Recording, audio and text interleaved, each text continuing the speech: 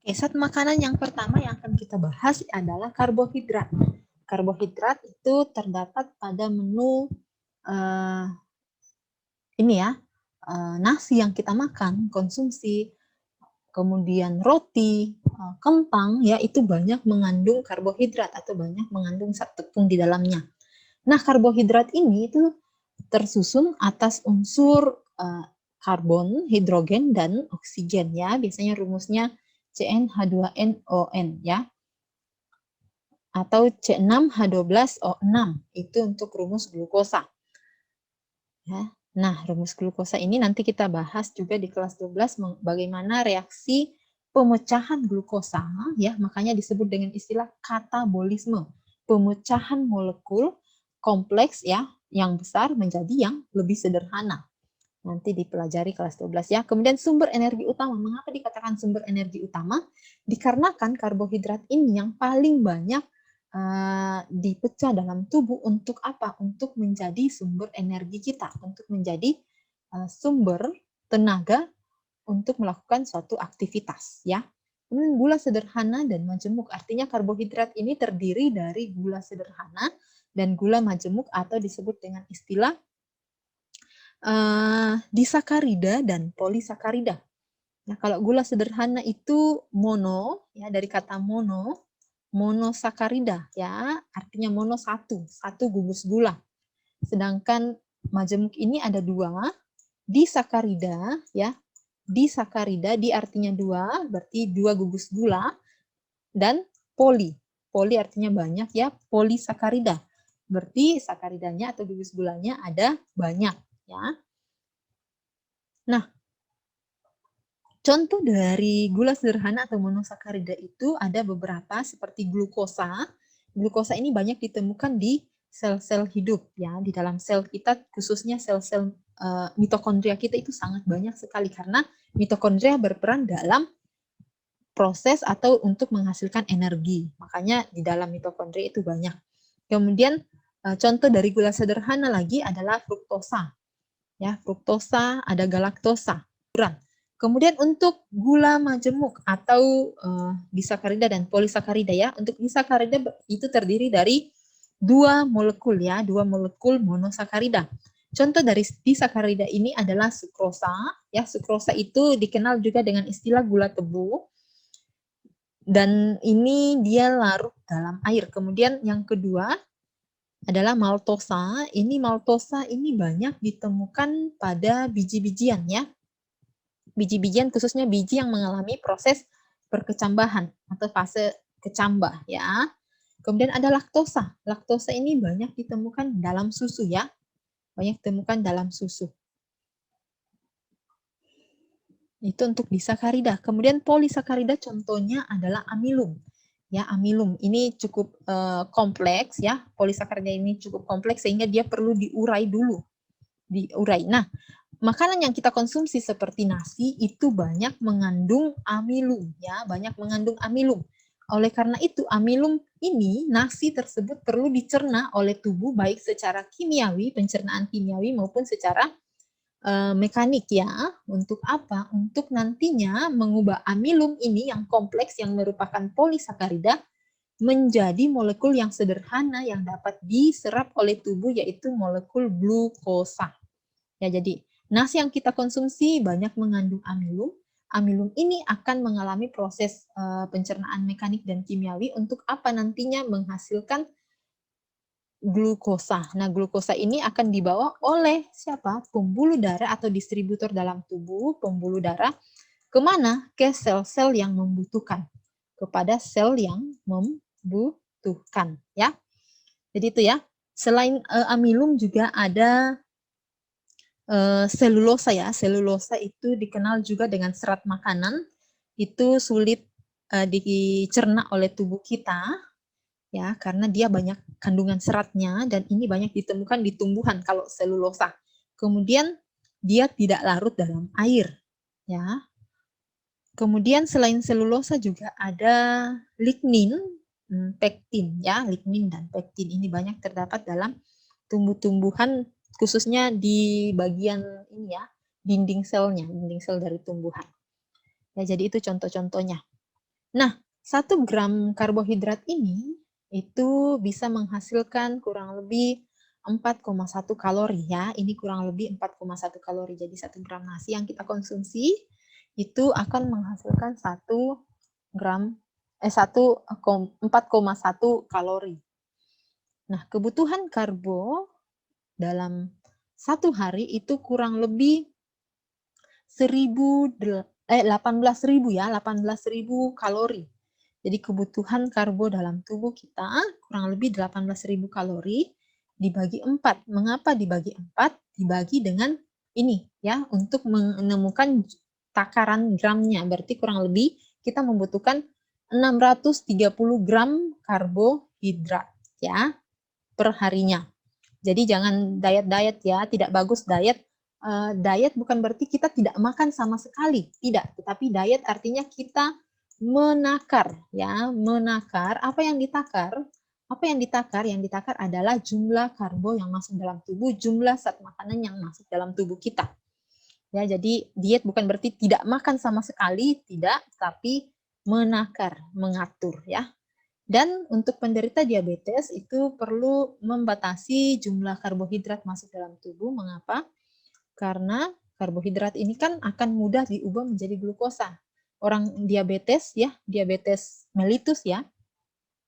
Ada nanti kita pelajari ada 2 jenis diabetes, mellitus dan insipidus itu berbeda. Nanti kita pelajari. Diabetes dengan kadar gula yang tinggi itu perlu membatasi konsumsi karbohidrat karena apa? Karbohidrat ini yang akan diubah menjadi glukosa nantinya. Kalau dia terlalu banyak makan karbo, ya nanti akan banyak glukosa yang dibentuk oleh tubuh ya. Jadi perlu dibatasi. Oke. Kita lanjut. Zat makanan yang kedua adalah protein. Ya, protein. Protein itu terdiri dari unsur karbon, hidrogen, oksigen, dan nitrogen. Ya, jadi ada tambahan nitrogen di sini. Dan merupakan sumber energi, tetapi bukan utama. Mengapa? Karena tadi Ibu sudah jelaskan karbohidrat yang lebih cepat diubah. Ya, nanti kita pelajari ada hubungan antara karbohidrat, protein, dan juga lemak dalam tubuh ya. Jadi nanti diubah. Kemudian fungsi dari protein ini itu adalah membangun sel. Mengapa dikatakan membangun sel? Karena sel-sel kita, tubuh kita, otot-otot kita, ya segala jenis tubuh yang tersusun atas otot itu dibangun oleh protein. Jadi otot-otot kita itu kaya akan protein. Makanya orang yang kurang mengonsumsi protein itu ototnya tidak akan banyak ya, masa ototnya akan kurang. Ya, karena apa ya? Otot kan tersusun atas protein ini. Kemudian proses regenerasi sel ya, regenerasi sel untuk membentuk sel-sel yang baru, misalnya kulit ya, otot lain dan sebagainya. Kemudian untuk pertumbuhan ya, di awal sudah Ibu jelaskan sintesis hormon. Protein ini merupakan suatu komponen untuk menyusun hormon, antibodi dan enzim. Nah, antibodi di sini mengapa tadi Ibu jelaskan fungsi dari zat makanan itu untuk pertahanan tubuh karena dia membentuk antibodi ini. Ya, dan juga komponen-komponen yang lain. Nanti di bagian nah kembali lagi sebenarnya ini kelas 12 membahas bagaimana tubuh itu membentuk berbagai komponen. Nanti kita kenal dengan istilah sintesis protein ya. Sintesis mungkin ada juga yang sudah pernah belajar ini ya, sudah pernah Ibu bimbing sintesis protein. Nah, sintesis protein ini itu membutuhkan tentunya proteinnya atau komponen sederhananya disebut dengan istilah asam amino ya. Jadi protein ini komponen sederhananya adalah asam amino, di mana asam amino ini diperlukan oleh tubuh untuk proses sintesis protein ini. Jadi sintesis protein ini akan mengubah atau menerjemahkan kode-kode genetik ya. Apa itu kode genetik, Bu? Kode genetik itu ada pada DNA kita. Kode genetik menjadi misalnya tubuh membutuhkan hormon segera, dibentuklah hormon. Tubuh membutuhkan enzim, ya, dibentuklah enzim. Tubuh membutuhkan otot yang banyak, pembentukan otot untuk proses pertumbuhan, dibentuklah otot, ya. Dan beberapa komponen-komponen dalam tubuh kita. Makanya disebut bahwa protein ini membangun sel, regenerasi, pertumbuhan juga. Karena ini, nanti di kelas 12 kalian belajar ya sintesis protein ini. Di mana sintesis protein ini membutuhkan asam amino untuk membentuk ya polipeptida ya. Nanti ada istilah polipeptida nanti kalian dapat ya di kelas 12. Nah, protein ini ada senyawa sederhananya ya, sudah Ibu bahas tadi, senyawa asam amino namanya, asam amino. Nah, asam amino itu terbagi atas dua, esensial dan non esensial. Dalam tubuh kita nanti kalian pelajari ada 20 jenis asam amino. Ya, 20 jenis asam amino terdiri dari esensial dan non esensial. Nanti kita bahas beberapa. Nah, 1 gram protein ini itu akan menghasilkan kurang lebih 4,1 kalori. Ya, jadi hampir sama dengan karbohidrat tadi, ya. Oke. Nah, protein bisa kita peroleh dari hewan, disebut dengan protein hewani. Kemudian dapat juga kita peroleh dari kacang-kacangan, disebut dengan nabati, ya. Protein nabati. Ya. Makanya ada beberapa orang yang katanya diet ini ya, diet protein, diet daging-daging seperti ini sehingga mereka vegetarian ya, vegetarian. Mungkin ada pertanyaan, orang vegetarian apakah zat makanan dalam tubuhnya terpenuhi? Itu dikarenakan mereka tetap mengonsumsi protein yang berasal dari tumbuhan seperti ini, seperti kacang-kacangan ini ya, kaya akan protein. Meski demikian, tentunya tubuh mereka akan kekurangan beberapa jenis protein, ya, dikarenakan tidak semua kompleks dalam biji-bijian ini. Jadi mereka harus pintar-pintar memilih makanan, ya. Mereka harus pandai-pandai memilih makanan yang untuk memenuhi setiap kebutuhan tubuh mereka, ya, untuk pemenuhan nutrisi dalam tubuhnya. Dikarenakan apa? Dikarenakan untuk protein dalam tumbuhan ini ada mungkin 1-2 yang kurang ya. Tapi dalam daging itu sudah lengkap proteinnya. Nah, orang yang kekurangan protein, ya, orang yang kekurangan protein mungkin tidak makan daging, tidak makan kacang-kacangan seperti ini ya, protein hewani maupun nabati ya, itu akan membuat mereka kekurangan protein, otot-ototnya tidak akan terbentuk dengan baik ya. Ototnya tidak terbentuk dengan baik karena apa? Protein ini menjadi penyusunnya, penyusun otot. Itu akan terjadi kondisi disebut hongeroedem. Ya, hongeroedem atau istilahnya busung lapar. Mungkin kalian sudah pernah mendengar kasus mengenai busung lapar di beberapa daerah. Itu dikarenakan apa? Mereka kekurangan protein ya. Jadi tetap jaga pola makan kalian, pastikan setiap nutrisi ya, setiap zat-zat makanan itu kalian konsumsi dengan takaran yang baik, yang pas ya. Kemudian zat makanan yang ketiga yaitu lemak. Lemak ini tersusun atas mungkin hampir sama dengan unsur yang terdapat pada karbohidrat ya, tetapi susunannya yang berbeda sehingga membentuk molekul lemak. Ya mungkin di kimia kalian pelajari ya. Nah, 1 lemak ini itu sama dengan 1 gliserol dan 3 asam lemak. Ya, gliserol ini molekul yang sederhana dari lemak itu sendiri. Sumber energi terbesar mengapa? Karena 1 gram lemak itu bisa menghasilkan 9,3 kalori. Ya, meskipun demikian lemak ini cukup sulit dicerna dalam tubuh kita sehingga usahakan untuk meminimalkan jumlah lemak masuk dalam tubuh. Bukan berarti kalian tidak boleh mengonsumsi lemak, ya, tidak. Karena apa? Tubuh juga butuh lemak. Karena beberapa bagian sel kita tersusun atas lemak ya.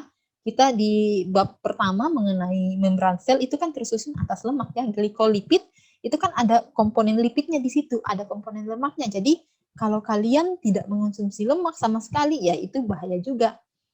Komponen tubuh glikolipid tidak akan terbentuk maksimal ya. Nah, kemudian lemak ini berfungsi untuk melarutkan vitamin A, D, E, K. Ya, sebut saja dengan AD, vitamin AD. Kemudian pembangun tubuh ya, pembangun tubuh karena tadi beberapa bagian tubuh kita, komponen tubuh kita tersusun atas lemak. Kemudian pelindung atau bantalan organ bagian dalam ya, bantalan organ bagian dalam supaya dia melindungi organ-organ saat terjadi benturan dan juga mencegah dari kedinginan. Ini salah satu alasan mengapa orang yang mengandung lemak cukup banyak dalam tubuhnya, memiliki kandungan lemak yang cukup banyak ya, itu akan lebih merasa hangat pada saat kondisi dingin. Kenapa? Karena lemak ini seperti selimut bagi mereka di bawah lapisan kulitnya ya, tentunya di bawah lapisan kulitnya, bukan berarti pakai hand body kayak lemak ya, tidak. Tapi memiliki kandungan lemak di bawah lapisan kulit yang lebih banyak itu akan membuat mereka terasa lebih hangat. Ya, salah satu contohnya penguin. Itu penguin kalau kalian lihat pelajari itu kandungan lemak di bagian tubuhnya itu banyak ya, sehingga mereka bisa bertahan di suhu yang dingin. Kalau beruang kan itu karena bulunya yang tebal, ya. Nah, lemak ini itu terdiri atas dua ya, asam lemak ada dua. Ada esensial dan non-esensial. Untuk asam lemak yang esensial, itu artinya mereka asam lemak ini tidak bisa dibentuk oleh tubuh kita. Kalau non-esensial itu dapat dibentuk dalam tubuh. Ya, contohnya fosfolipid, kolesterol itu dapat dibentuk dalam tubuh. Kalau ini harus berasal dari luar tubuh kita. Ya. Kemudian ada istilah lemak jenuh dan lemak tak jenuh. Nah, lemak jenuh itu lemak yang hasil sintesis tubuh, padat di suhu ruang, ya, dan risiko kolesterol dalam darah yang tinggi. Mengapa? Karena dia mudah membeku, ya, mudah membadat di suhu ruang. Sedangkan untuk lemak tak jenuh itu berasal dari lemak-lemak nabati atau berasal dari tumbuhannya, seperti minyak jagung, ya, minyak kedelai, minyak kelapa, ya, minyak sayur itu tergolong dalam lemak tak jenuh. Artinya mereka lemak ini tidak mudah memadat atau membeku di suhu ruang. Kalau ini biasanya dari lemak babi lah, ya, lemak-lemak dari hewani, ya, lemak yang terkandung dalam hewan-hewan itu bersifat lemak jenuh ya. Jadi kurangi mengonsumsi lemak jenuh.